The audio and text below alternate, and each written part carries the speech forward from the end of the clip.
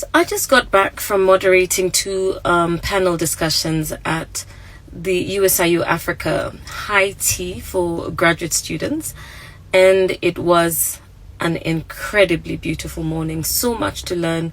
We touched on everything from financial literacy to personal branding to strategic networking, in the workplace or during transitions, mentorship, leadership, and so much more. And one of the things that really stood out for me, which I would love to share, was shared by one of the panelists, Lillian Gallo from DTB. And she said, as we seek or as we look for or as we set up our own personal advisory board, there's 5 types of people that you're going to need for that.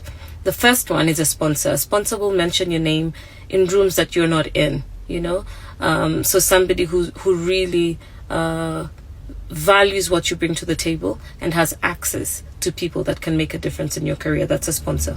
You also need a coach. A coach, just helps you get from one place to another. Somebody you can sit down with.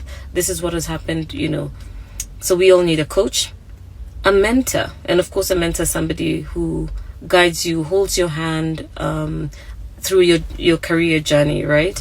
And then you also need a cheerleader. So a cheerleader is somebody who's got your back and says, you're doing the right thing, keep going. And I've, met so many cheerleaders today, and I'm so grateful about that. And then you need a sounding board. So a sounding board is, somebody who's a thinker, critical thinker, and can see things through different perspectives and can help you see things in a different way. So these 5 people are people that you need in your board. So a sponsor, a coach, a mentor, a cheerleader, and a sounding board. Look around you, find out, approach them, write an email, approach them on LinkedIn. And this have to be people that you can also create some value for, right? Because many times a personal advisory board is not a role that you can pay. Some people do in different ways, but also see what value can I bring them. And as you pick this personal advisory board, make sure they're also in a space that they understand where you can go. And so it could be one person in your space, one person in a completely different space.